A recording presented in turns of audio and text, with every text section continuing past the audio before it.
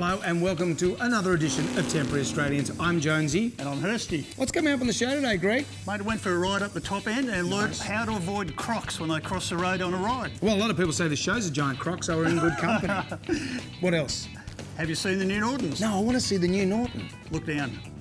It's the new Norton. It is. That's coming up on Temporary Australians. Also coming up, we find out why some people blame the rider.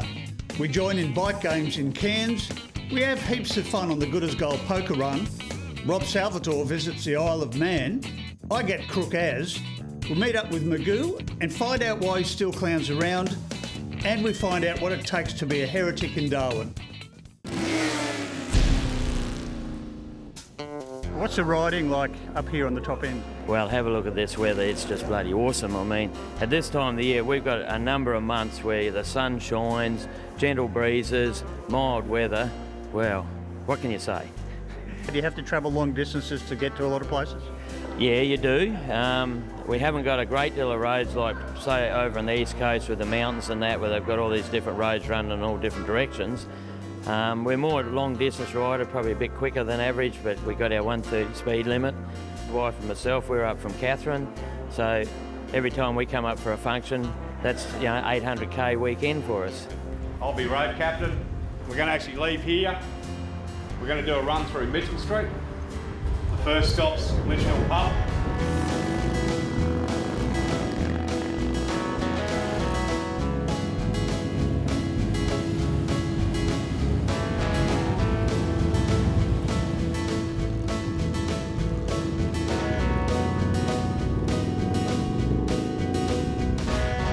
This is called Litchfield Pub. It's actually a working farm. Out the back out here, if you look out here, it's a orchid farm. Is it popular with local motorcyclists? Yeah, we've disadvantaged up here in one way. We've only got one road out of town, and there's only about really 5 different places we can go to unless you're going to make it an overnighter. This is, I think, 75 kilometres from Darwin this works out to, so it's not bad to come out for lunch, or a few of us come out here for breakfast every now and again and just have some breakfast and a coffee or a light ale and then head home after lunch. Connie, I understand that I'm riding your bike. My ex-bike, yes you are. I gave it up and now I'm looking at it and thinking, why? Tell us about the riding out here. You enjoy it? I do, but I do miss the corners. I suppose one of the trade-offs is we get to go a little bit faster than down south, so that's a pretty good perk. Well, I'm actually a what you call newbie and virgin to Harley world. So this is my first one. And yeah, I'm the same as Connie. When we travel to another state, I'm not used to corners.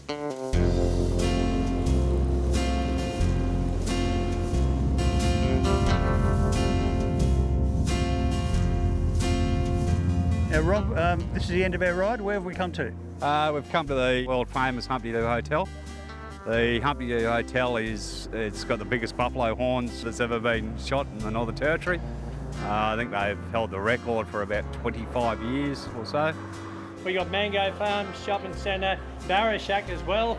And we've even got that famous pub, ladies, you guessed it, the bloody Humpty Doo Hotel, where this big Brahmin bull named Norman just charged in the bar and sat. And down to Darwin Stubby, folks, in 30 seconds flat. Now, you mentioned buffalo. Are they an issue when you're riding your bike and other wildlife for that matter? Years ago, buffalo and everything were an issue, but there's not that many around anymore. Had bikes riding along and cars had to pull up because there's been a croc asleep on the road during the middle of the night or wandering from one billabong to the other. Well, that's certainly an issue we don't have in Sydney, mate. It's something you probably don't really want to see, but yeah, they've had them in the middle of Darwin as well, come up out of the middle of Darwin and wander up on the main street, one of the main streets there. We come down this morning, Bishop Street. One morning they found a 3.5 metre croc laying on the road there. This is top end riding. Yep, that's exactly right.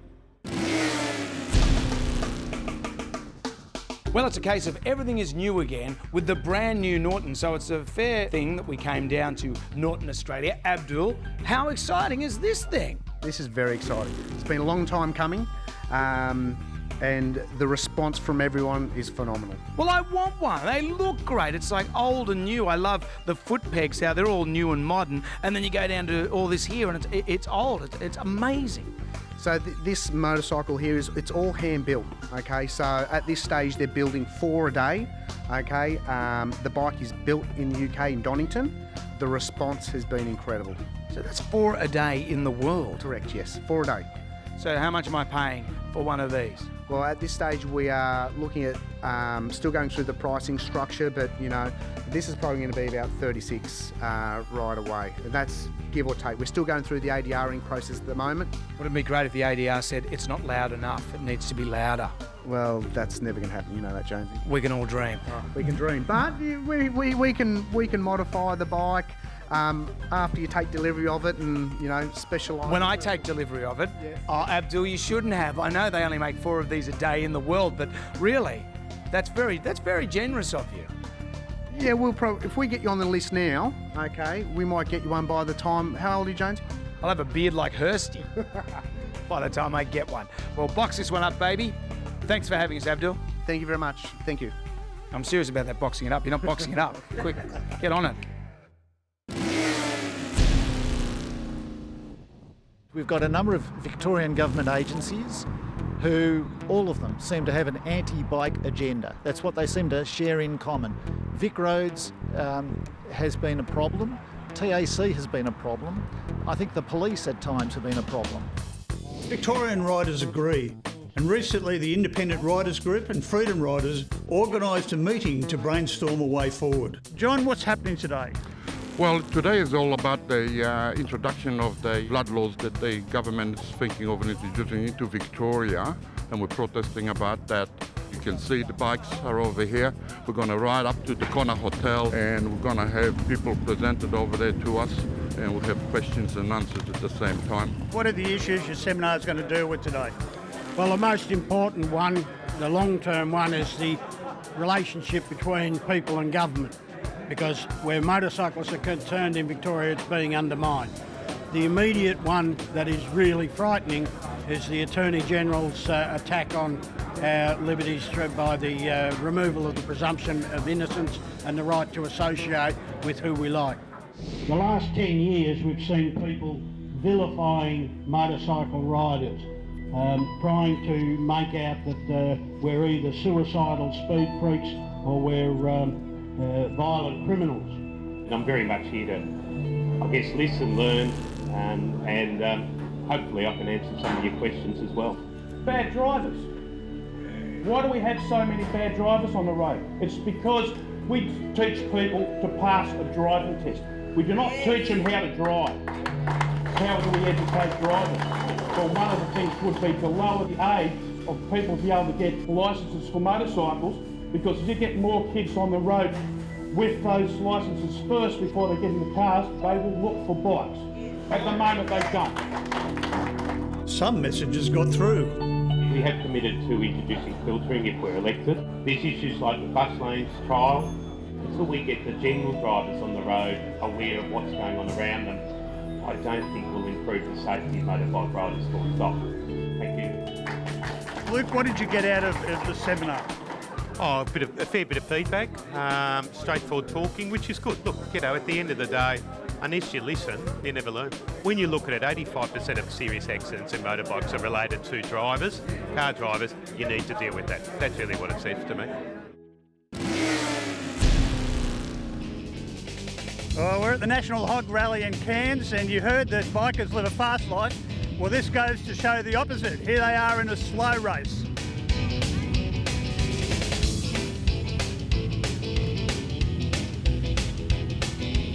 Now, you look like you're having way too much fun here, Rick. What's going on, mate? My missus left me alone for a while, so I'm having a great time. There she is sitting over there. So tell us about the games. What did you actually cover during the course of the event? The first one was the slow race. That sort of emulates when we're coming up onto a red light or something like that, and you're slowing down steady. So it's about bike control under brakes and that. So we try and bring into the games elements of what we do normally when we're riding. The other one was the barrel race. That's more about bike control. That's where you try and stay inside the lanes and push a barrel down the lane. And as you have to adjust your positioning to suit which way the barrel's rolling. The other two games were more about, it's a novelty. One was the cane planting, which was a topical thing up this way. And it was just more to get participation, like you had a pillion passenger and a rider of any sex, creed or whatever. Children could do it, and it was just about participating and having a good time. Well, you're coming away national champion, mate. Beyond your wildest dreams, I guess. I've been it about 3 times before, so it's about the 15th time I've won a slow race, so it's not uncommon, but to do it on a higher bike and a different bike is good. Well, you realise you're destroying the stereotype. They say we lead a fast life, but you're disproving that. Yeah, they call me Mr. Slow in the club, so yeah, that's the way it is. Have you won a race like this before? I won this in Townsville at the Townsville Chapter Challenge in September. So you've been in training for a while by the sound of it. Oh, I'm very competitive. Congratulations, national champion. Thank you very much. That's right. That's amazing. The thing about Hog members is they come from all walks of life, all demographics, and we all get on well. I've been involved for, I think this is my 9th year, and I've never seen anyone say a bad word about anyone. It's been great. So I think that's what it's all about. You look around, you've got directors of companies, you've got toilet cleaners, everyone has a great time. You know, there's no distinction. As long as you've got a bike and you want to have a bit of fun, everyone loves it.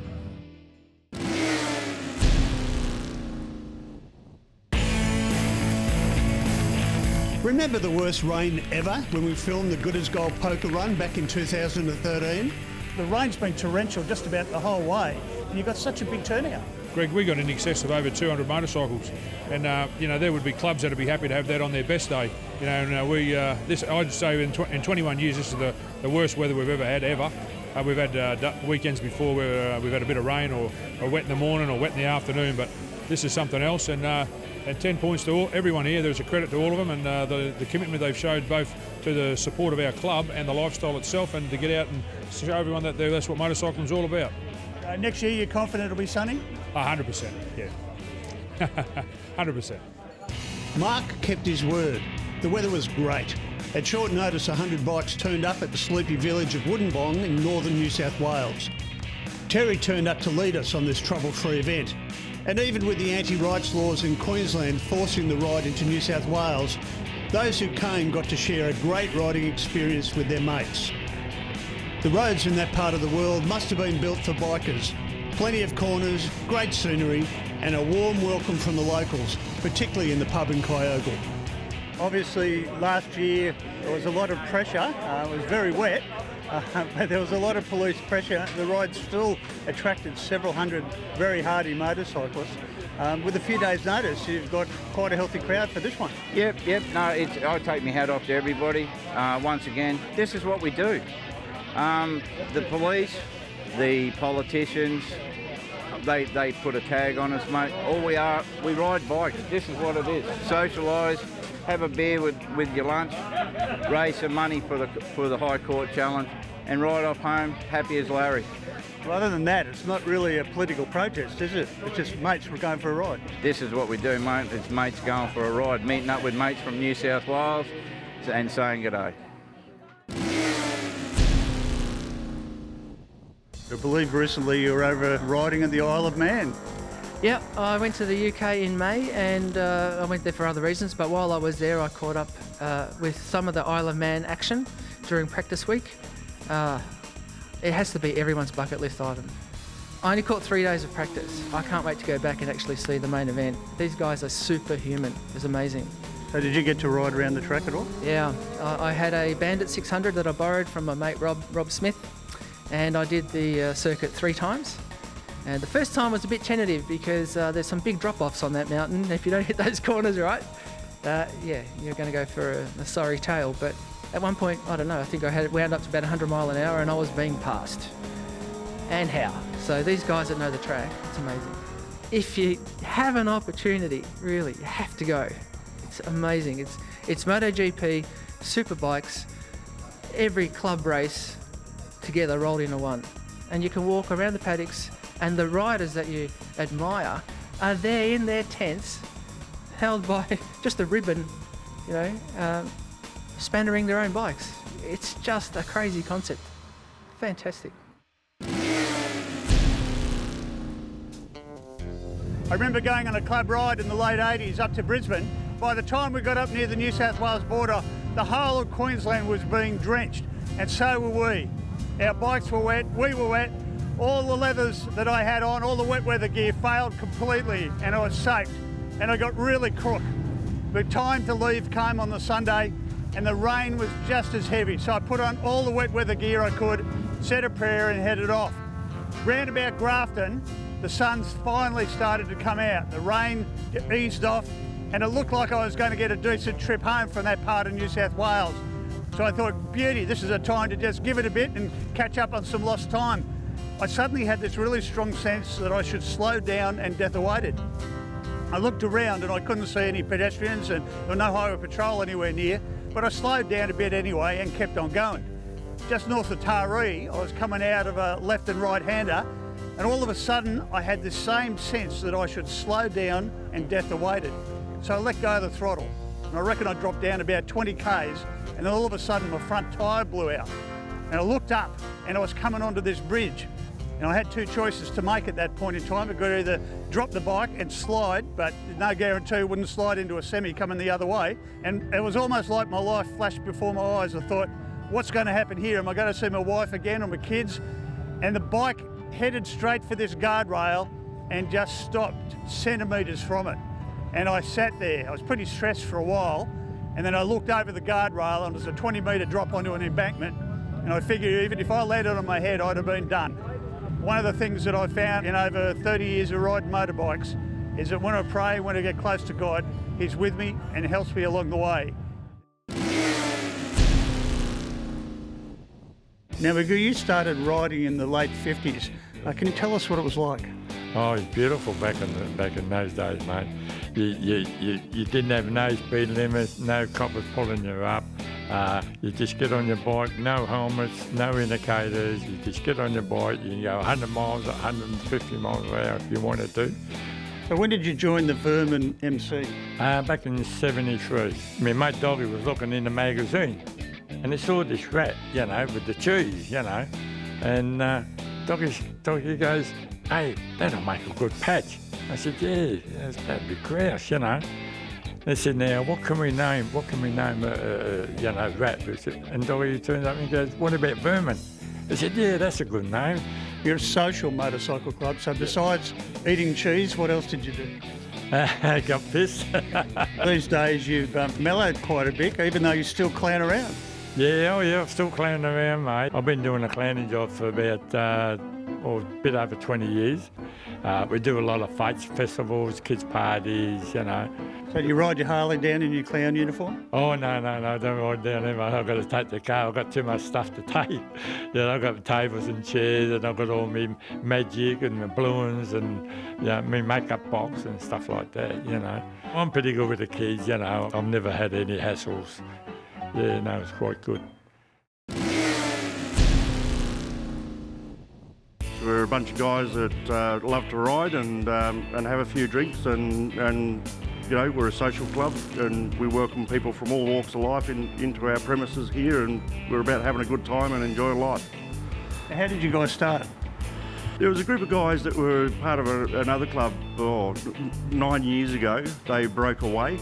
They weren't happy with the direction that club was going, and they sat down and there was half a dozen of them, put their heads together and came up with the Heretics, and it's grown from there. So 9 years ago it was 6 members. It just about vanished into oblivion, and a couple of guys that were members of the club at the time, all the founders left. A couple of guys that had only been with the club a short time, they decided to put some money into it to keep it going themselves, and we've just gone from strength to strength from there. Do you think in Darwin, because there's so many rides, that you have to ride a long distance to actually to get to places or get to some of the corners that are around here, do you think having a clubhouse is a really good way to have a club in this part of the world? Absolutely. Yeah, no, it brings like-minded people together. We've got somewhere to come, the camaraderie and just the enjoyment of being part of a bike scene is what it's all about. Now I understand you had your annual dart challenge here and you actually won. Yes, for the first time. We've had an annual inter-club dart challenge for, well, it's been going for about 5 years now. And actually no, it's longer than that. Probably about 7 years. Actually time just goes too quick.